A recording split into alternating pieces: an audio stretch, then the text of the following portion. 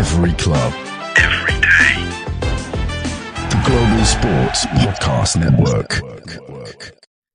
Hello and welcome to the Daily Palace podcast brought to you by the Global Sports Podcast Network, as you just heard by the intro. I am your host today, Dan Tanner, and with me is Wale Bakari, who I've not been on a podcast with in a long time. So it's we're going to have to get to know each other again, Wale. Well, I struggled. When I saw you, I thought, who's this? Oh, Dan. Nice to see you, pal. Anyway, yeah, it's been a while. We've been on the pod together, but it's great to see you again, and great to be on the pod with you tonight. Yep, and cool. Always fun when it's you, Wale. So, right, let's get into it. So, today we are going to talk a little bit about if we're still comfortable with the Palace tactics so far. Are they still viable, or do we think they need a change, or just keep it as it is? And we're also, as the January transfer window literally will open in the next couple of hours, we'll put the hypothetical. Me and Wale are in charge of the transfer targets for Palace for the next month. Who are our top 3 picks, either players or positions? And then finally, we'll, as it is, as I've just mentioned, the last day of the year, we'll talk about the Premier League season so far, because it has been a bit of a wild one compared to normal years. So with that, let's just get on with it. All right. Wale, are you comfortable with Palace's tactics so far this season, or are there some glaring issues that you're still kind of seeing, or any kind of improvements you want to see from the team over the next coming weeks? Well, definitely, there's definitely improvements that I'd love to see. I'm sure improvements that a lot of Palace fans would love to see, particularly with results and getting over the line. Although the last couple of weeks of the year, I've seen some very great improvement in performances and also results. The start of the season wasn't the greatest. Palace, for some reason, couldn't match performances with results. For some reason, couldn't get games over the line. Found themselves behind a number of times in a couple of games. Got back into the game, but just couldn't get that goal that ensure 3 points for the team. But as I said, it's improved. It's improved rather the last couple of weeks. But to answer the question specifically as regards Glasner's tactics, they are somewhat tested and trusted because we all were craving for more of that after the results that Palace got in the 13 games that Glasner oversaw towards the end of last season. We were asking for more of the same and asking for the players to give the same. But there were changes in personnel. Critical changes at the start of the season, I should add. Important players leaving, players getting injured, a lot of noise as regards the future of players that affected the psyche and the overall mental state or well-being of the team, and it kind of reflected in the results in the first couple of games of the season. So that maybe explains what we saw at the start of the season, but the tactics I'm very much satisfied with. Maybe it would be great to get better performances from individual players, and we've started seeing that Will users performing better. Tariq Mitchell is performing better. Ismaila Sarr is performing better. Yes, Jean-Philippe Mateta could be better. Players like Edin Ketia, who we were all very excited about when he joined at the end of the summer transfer window. He's also another player that can deliver better in terms of goals, especially. I think he's got just the one goal in the League Cup against QPR and hasn't been able to find his feet in the league. So these are maybe individuals can perform better, but it's not much about the tactics, especially as we've also seen in the last couple of weeks. The Glasner's tactics is a bit flexible, can be conservative when it's required.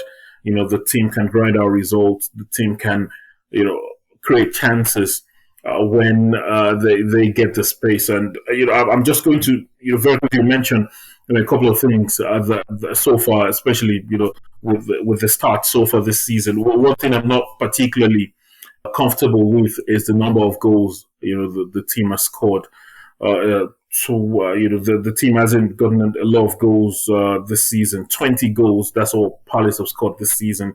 The only three teams have scored less than that. I think Ipswich, Everton, and Southampton, and that's not company that you want to be keeping uh, this season. Although you could take solace. Manchester United, for example, have scored just one more goal, that Palace this season. But remember, their manager Amorim was saying that they also are in the relegation battle. So that's another company you don't want to be keeping. So the number of goals Palace have scored this season could be better. It's not very encouraging. But on the other side, goal concession hasn't been very bad. 27 goals conceded by Palace this season. That's better than 9 other teams. And again, that's just one more than not just Manchester United, but even Manchester City. So things haven't been entirely bad, but you want to see more goals scored, more chances created. You want to see more clinical finishing by the attackers. The defensive setup for me has done great so far. It took a while for them to get to know each other, but they look like they are getting into their own, even when there's been changes in one of the three or two of the three. Like we saw Richards coming in for Gay the last game. We saw Richards coming in for Chaluba the other day. Well, they seem to understand each other. And overall, for me, it's just results improving, scoring more goals. As far as tactics are concerned, Glasner really, for me, is the man for the job at the moment. I probably would say pretty much the same thing there. I'm fairly satisfied with it at the moment. I said too much. I had too much to say. No, that's fine, because without us spending an absolute fortune, we don't have the luxury to go and change our system. We've got players in to suit a formation, suit a system. So it is working now. It didn't work at the beginning of the season.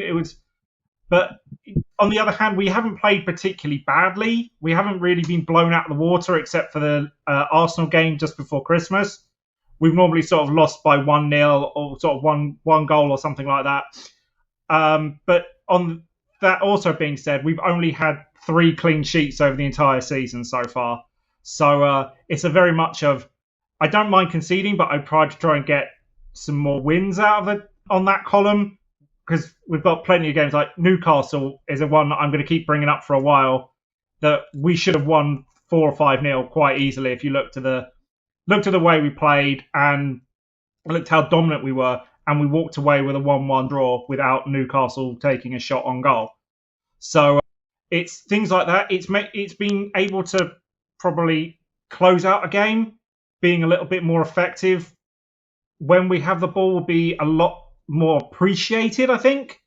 But as a whole, I think we're doing all right. We're not brilliant, but we're doing all right. We just need to kind of just be a little bit more effective than we have been, and not let the games run away from us as well. So basically, it's keeping up the mentality that we have at the moment. So far, so good, but still room for improvement. That, I think with that, is there anything else you want to add to that, Wale, or shall we move on? No, it's you're totally spot on. I've said a lot already, and I completely agree with you. The team's turning the corner, and if they're able to maintain the momentum in the last couple of games, bar of course the result against Arsenal, I'm sure Palace fans will be the happier for it. All right, cool. Right, with that, we're going to take a quick moment to thank our lovely provider here at Zencaster that allows us to talk nonsense about Crystal Palace for about an hour, about half hour or so every single day. There you go. Here at Global Sports Podcast Network, we spent a lot of time selecting our delivery platform. Zencaster came out the clear winner. With 4K video recording from your phone and AI editing that automatically removes all those ums and ahs, it's super easy to start a podcast that sounds great and is delivered efficiently. If you're ready to tell your story, check out the link in the show description to learn more about Zencaster. And we're back with the next part of the Daily Palace podcast. We are put in a hypothetical situation where myself and Wale have been put in charge of the Palace transfer system for the next window. Going to get at least 3 picks. I want 3 picks, but we're probably going to pick, if we pick the same one, so be it. So either players or positions that we think we need, because I've had enough of talking about Palace players exiting the club. Let's talk about ones that are actually coming in for a change. Do you want to go first, Wale? Well, from there? I'll let you go first. I'll go first. I'll go first. Right, my first pick would be Ben Chilwell from Chelsea. Did you have the same one? I've got him on my list, pal. We should definitely get him then. That's fine. I'm probably going to expect a lot of crossover. But yeah, he was a guy that I think was linked with us a couple of months ago as well. He's kind of out of favour at Chelsea. He fits that kind of left wing back position that Tyrone Mitchell's kind of having to play. He's got a decent cross, and he's been sort of left out by Chelsea and kind of forgotten by England as well. So I think he could do a really good job for us, and we could probably get him at a fairly decent price, because I'm thinking, as we did, Nketiah is about 25-30 bracket. Probably be able to do some fairly decent business there. That's probably my most likely one that's going to happen. Well, you got one?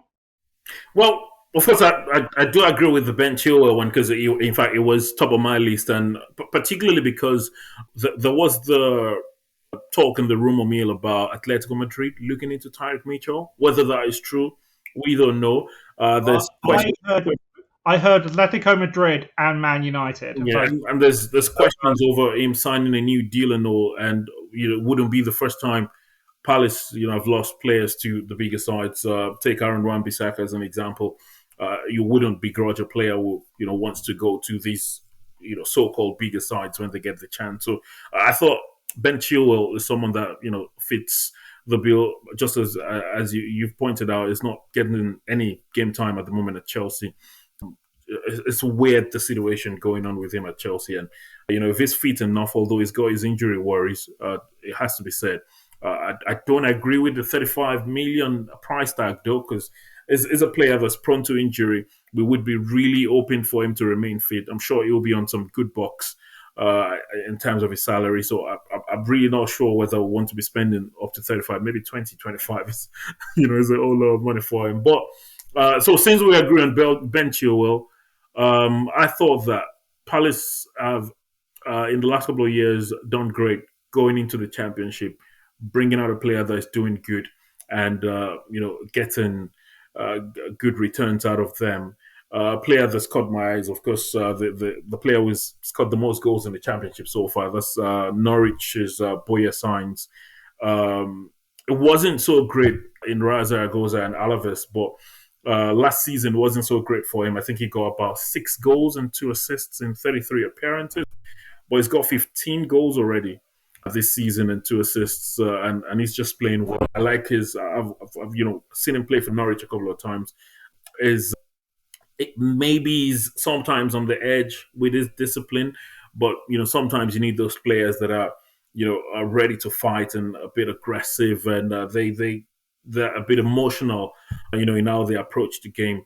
Yes, I know that when Joe hears this, it will be coming for me, because I left to Joe. Jean-Philippe Mateta is the only one that should ever play the number 9 position for Palace. But definitely, we've spoken about Palace needing more goals. So a player who's getting a lot of goals in the Championship might be a great signing. I really don't know. His availability is going to be a key one. It will be a lot expensive at the moment, but we're only being hypothetical, and there's a reason I'm not the one making the calls as to who gets to sign who or who gets signed. But that would be a player, because I look at the Premier League, and there's not so many. There's a lot. There's strikers getting the goals here, but they're not strikers that Palace will be able to get. There's no way we're getting, maybe a Delap from Ipswich, or the other guys that are getting the goals at the moment that would be within the reach. So it might be getting a striker from the Championship, and who else if not the man who's topping the goal scorers chart in the Championship. Yep, that's not a bad shout. Always go for more attacking options. We can't. Sorry, Joe, we can't just rely on Mateta the entire time. We need other people. Sorry, I'm going to get it now for him. So, right, my next one was a little bit more of a long shot. Was Mikael Damsgaard from Brentford, the Danish central midfielder, mainly because sort of he's very much a playmaking midfielder, which I've always championed on this podcast from pretty much day one. You're probably going to get bored of it for a while.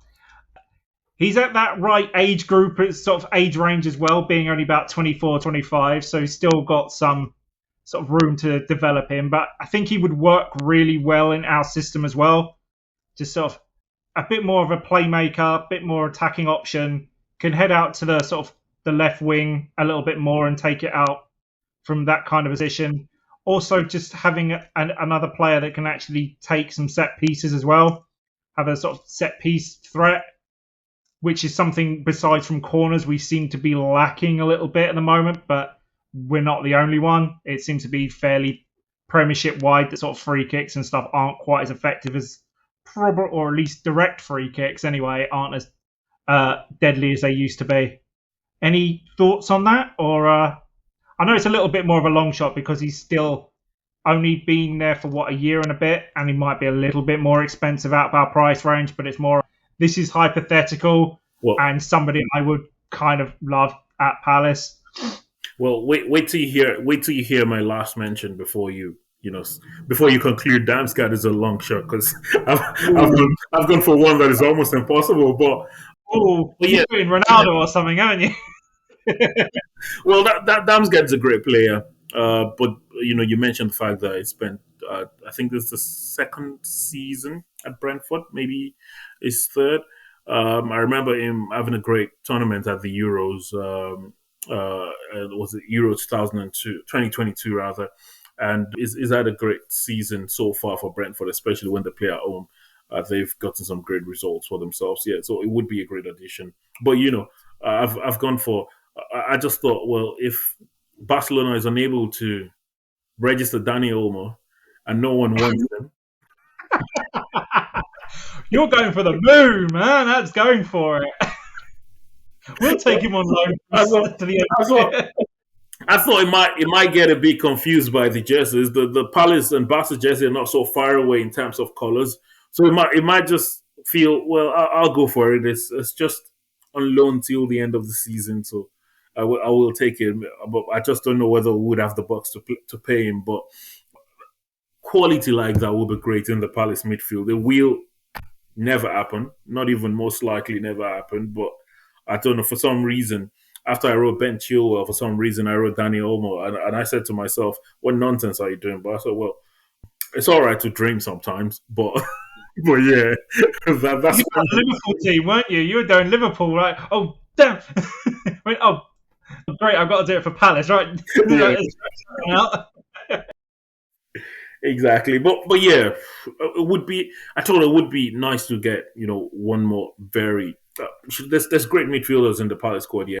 But when you talk about flexible players who are able to create the chances, there's not a lot of. I don't know what I'm just looking for. There's not a lot of flair. Yeah, that's the word in the Palace midfield. Although you could argue that flair is something that maybe is going out of the game. Many years ago there was, the JJ coaches of this world playing the number 10 role, playing football. That might be the height of it though. But then there was, Philippe Coutinho at Liverpool. There were. Players who could mesmerize midfielders, who could, go past one player in the middle of the pitch. It's quite easy for wingers to, to beat the wing back or the right wing back. But see, when you get a midfielder who's, able to bring some flair into the game, make wonderful passes and get amongst the goals as well. that would be great for Palace. There's not been a lot of goals from the midfield for Palace, and that probably explains, although there's been goals all around the pitch, but that explains why the team has got just 20 goals so far this season. I don't know who, and I just said, you know what, I don't care. Danny Olmo. That's who I'm going for. I like your optimism though, Wale. I really do. Right, I think if everyone was like me, the world would be a better place, you know. Right, and I think my last pick was also from Chelsea, would be Mudryk, from basically very much the same reasons as Chilwell, that he's not getting game time. We need a somewhat experienced midfielder just to sort of round it out a little bit more. And I think he could probably do quite a decent job at a club where he's not got quite so many sort of expectations, playing down in sort of the middle part of the league instead of having to play at the top end, just to sort of get him some game time. I think you probably would fit our system well because you can play sort of 2 or 3 positions around that central midfield, bit more attacking option, and just sort of somewhere where he's not going to be sort of high expectations, and he's probably willing to actually play a little bit. So that would probably be that's my third pick. The only issue really with it would be his price tag. Are Chelsea going to ask for an absolute fortune for him to kind of recoup anything, or they're going to let him off on a cheap deal that we can get him for sort of installments over the next few years? But that's the only real sort of first sort of downside to him, really, is his price tag. But as a player, I think he'd probably do at least a decent enough job for us, sort of in the longish term, because he's 25, 26 as well, same as so if I can't get Darmstadt, I'll get Mudryk instead. Well, it's just, it's actually generally tough, getting players you want in the January transfer window. Does the player want to leave? That's another, key question, especially if this were to be one of those seasons where there was, say, the Euros after or the World Cup. There's players wanting playing time and they want to go to another club and get it, but it's not one of those seasons. So there would be a lot of players biding their time and waiting for their chance. So it's always difficult to get a player in January. Although there is the interesting twist of maybe some of the clubs around Palace, the Brentfords of this world, the other sides, even Newcastle and the likes, Nottingham Forest, maybe some of these teams who might be looking at the PSR and might be looking at getting some players out, but then that's usually a lot of money that the clubs are asking. So it's actually tough, and we've seen that over the years. It's actually tough getting the players you want in the January transfer window, and that's why I think maybe it might be going to the Championship, going abroad, getting a player from a fellow Premier League side. That's usually a tough one in January. Well, that's decent enough explanation. I was just going on ones that had some Premier League experience, so we can just put them straight in. Not looking for the long term. This is 18 months, 2 years tops. I was looking into kind of just keeping the engine going, basically. Just have enough experience to keep going until the next season, and we go from there. We don't really have the luxury of the Chelseas and of the world to go and buy prospects. And then something for the fans to be excited about. Sometimes just get the big name players and everyone's excited and all. Yeah, because I remember when Edgar Davids showed up, so that was mad. So just get a mad player like that that sort of turns up at Selhurst Park. So anything to get people through the doors. So all right, on that note, I think we'll take another quick break and thank the network, and then we'll get into our thoughts of the season so far, the entirety of the Premier League, because it has been a mad one. So it's been very unusual. So take a quick break and then we'll get into that. This podcast is part of the Global Sports Podcast Network, the only network bringing you exclusive daily news and views on your Premier League team, the Premier League, women's football, and fantasy football. A unique listening experience that puts the fans first, bringing you the very latest breaking news from your team. Subscribe wherever you get your podcast and make us your first listen every day.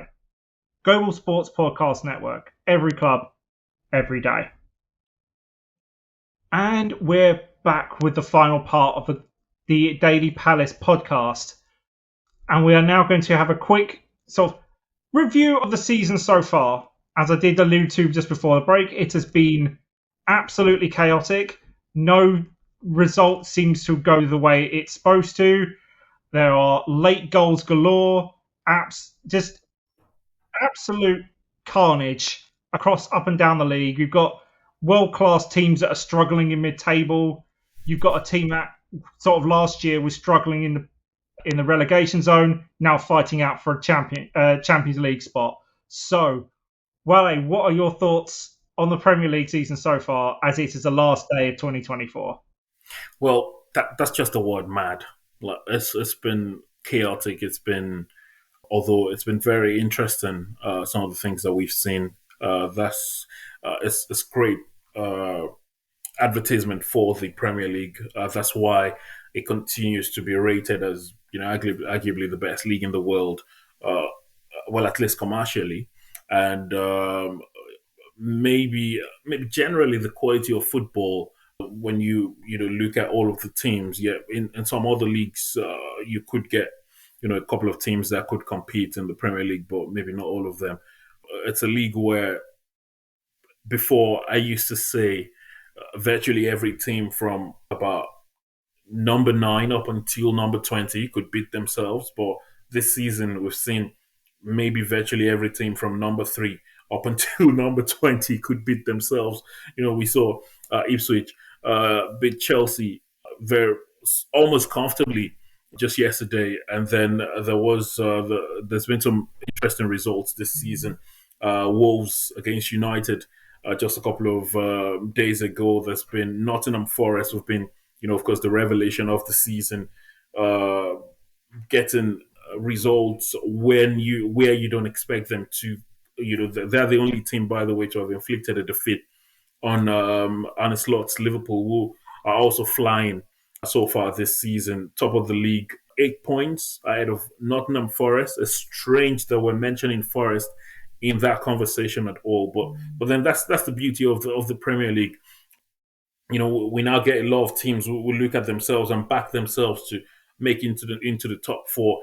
It was Aston Villa last season. It was Newcastle the season before. There's Forest this season. Teams like Brighton, even though they're going on this winless run or this run of draws, but they've played some fantastic football. Brentford are very good at home this season. Newcastle on a run of games and of wins, and they look like they're getting their mojo back. So it's just been, just that sort of season that has been unpredictable. Whether it will continue that way, whether teams like Nottingham Forest will fall off, or whether teams like City will get their potency back. We'll wait to see. But of what we've seen so far, it looks like it will be a season where there will be so many surprising results. I don't want to jinx it. It does look like it might be Liverpool, the prime favourites to win the league. But remember, there was a time when I think they were almost about 9-10 points ahead, and all of a sudden it was almost back to 2 points ahead of Chelsea, and now they've got 8 points again. That shows how unpredictable the season has been. Not just for the top of the table, but even below. Although there is that, we're already seeing the pattern. The teams that are moved up from the Championship occupy the bottom 3. We saw that last season as well. And I think the teams that were 18, 19, 20 at this time of the season ended up being relegated. Whether it will be the same, Southampton look like they will definitely get relegated because there's a lot of points for them to claw back. But Ipswich and Leicester will still look at themselves and say they've got a chance. Question is, who will they drag below them? Is it Everton? Is it Wolves? Palace, I have to be careful as well. So it's been that sort of season, and I've enjoyed every bit of it. I've found myself watching a lot of games that I probably would just see a couple of minutes and go back and check the result. But I found myself watching a lot of games. Yesterday, I saw Brighton, Aston Villa to a point. Saw Ipswich, Chelsea. So Chelsea, United, Newcastle. I just wanted to see all the games because there's been very exciting football that's been played, and the refereeing, which has always been an issue, has been a bit better. There were some controversial calls at the start of the season, a lot of red cards for players kicking the ball away, or maybe a couple of Arsenal players, a couple of interesting penalty shouts, but it keeps getting better, and everything just looks really good so far this season. Whether it will continue like this into the second half of the season remains to be seen. Yeah, my thoughts more or less on the same vague wavelength there. It's been an absolutely mad season. So many ridiculously early goals, especially from Brentford. That seemed to be a real trick to them, scoring within the first minute of 3 or 4 games in a row. That also being said, there have been loads of goals that have been going in on the 99th minute or the 100th minute or something like that with these new extended stoppage time rules, which are starting to get a little bit irritating, especially on how long some of these guys are actually playing a match for now. They look absolutely exhausted, some of them. So, but you can't take your eyes off of any result. Anybody can beat anybody from 3rd down to 18th. Anything can happen now. It's not the what you would call sort of given results. I remember, I think we did the crossover, me and Alex, I think, did with City, and we were very much of the City are going to win this quite comfortably. They're coming off a 3-0 thrashing of Forest. They're mad. They're going to come to Selhurst Park, and they're going to come and beat us. What happens? They get a 2-2, and we go ahead twice. So anything can happen in this season. I know it sounds really cliche, but this season, you kind of can believe it. There are some very mad decisions, very mad, sort of strange calls, and just results in general. Where just the mid-table is so clustered now. Any win can jump you up 5 or 6 places, probably given any given weekend. So let's just hope it continues, and it continues in the vein where Palace slowly go up the league and don't get dragged into that relegation fight, because that is the one bit I really don't want to see us get dragged into. That is just not fun. I've done it before, and I don't want to do it again. So many times, actually. I've done it plenty of times. It's not fun. It's not. The last day of the season stuff is not fun. I should mention quickly though. See, when I was looking at some of the things how the season has been so far for Palace, and I was looking at the goals scored and conceded, I was going to talk about the ball possession, and I saw particular stats that put Palace at 17th in terms of having possession of the ball. But then, guess what? Nottingham Forest is 28th in the league, according to that stat. So I'm thinking, if they don't have a lot of possession and they're second in the league, I better shut up about Palace's possession. Stats don't mean anything, mate. The only one that matters is the goals. It's the only one that matters, regardless of what. And it just shows you how important you need your strikers scoring goals. Chris Wood has been in great form this season. The likes of Elanga and Hudson-Odoi, also getting a couple of goals for Nottingham Forest. If Palace can get the strikers getting goals, if you're certain of a 15, 16 goal season for your strikers, and added with goals from other players, then it's a very good foundation to build upon. But for some reason at the moment, the goals are just not flowing. Especially for Mateta, for Nketiah, and even Eze hasn't had a very great season in terms of getting the goals. But hopefully things will improve in the second half of the season. That's all we can hope for, is everything to go up. We need it going up. So on that note, I think we shall leave it there for today. I hope you have a happy New Year's wherever you're listening. Wale, I hope you have a nice New Year's Eve. New Year's and New Year's Eve. So I'll see you next time. Yep. All right, cheers, buddy. Happy New Year in advance here. Well, and with that being said, if wherever you're listening, can you please give us 5 stars? It helps us get noticed. It helps us sort of grow the podcast. So until next time, goodbye. Every club, every day. The Global Sports Podcast Network.